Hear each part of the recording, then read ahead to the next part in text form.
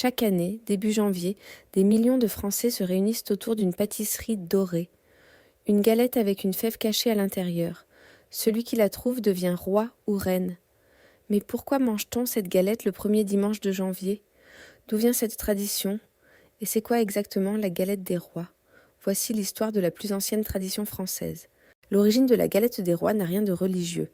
Elle remonte à la Rome antique. En janvier, les Romains fêtèrent les Saturnales, des célébrations du solstice d'hiver en l'honneur de Saturne, le dieu du temps, une période de trêve où les maîtres invitaient leurs esclaves à partager un repas. On servait un gâteau rond et doré comme le soleil. À l'intérieur, une fève était cachée. Celui qui la trouvait devenait le roi d'un jour. Il obtenait tout ce qu'il voulait pendant 24 heures. Déjà à cette époque, les parts étaient distribuées par le plus jeune, cachées sous la table, pour que le partage soit juste et innocent. Cette tradition s'est transmise pendant plus de 2000 ans, sans interruption. Aujourd'hui, en France, il existe 2 types de galettes. Dans le nord, c'est une galette de pâte feuilletée dorée au four, fourrée à la frangipane. Une crème à base d'amandes. La forme ronde symbolise le soleil et le retour de la lumière après l'hiver. La première galette feuilletée est mentionnée en 1311 à Amiens, grâce à Robert de Fouillois, évêque d'Amiens. C'était un gâteau feuilleté sans fourrage. Ensuite, en 1650, Anne d'Autriche et le jeune Louis XIV partagent la première galette à la frangipane. Dans le sud, on préfère une brioche en forme de couronne, aux fruits confits et à la fleur d'oranger. On l'appelle le gâteau des rois. Toutes les galettes ont 2 points communs, une fève cachée à l'intérieur et une couronne en papier doré. Pendant longtemps, la galette était mangée le 6 janvier. Mais depuis une réforme, elle se déguste le premier dimanche après le 1er janvier. Pourquoi ce changement? Parce que dans les pays où le 6 janvier n'est pas férié, personne ne pouvait se réunir en famille. Alors on a décidé de la célébrer le dimanche pour que tout le monde puisse partager ce moment ensemble. Mais en réalité, les Français mangent de la galette pendant tout le mois de janvier, en famille, entre amis, au travail. C'est devenu une fête du partage et de la convivialité. La fève, au départ, était une vraie graine de fève. Symbole de fécondité car c'est le premier légume qui pousse au printemps après l'hiver.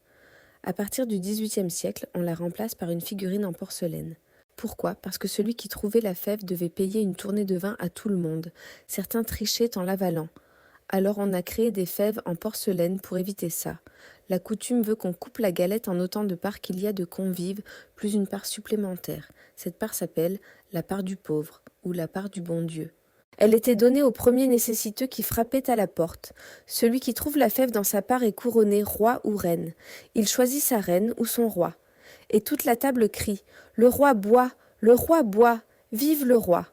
Pendant la Révolution française, le nom même de gâteau des rois est devenu dangereux. On a essayé de l'interdire. On l'a renommé galette de l'égalité ou galette de la liberté, sans fève. Mais la tradition était trop forte. Dès que possible, la galette est revenue sur les tables françaises.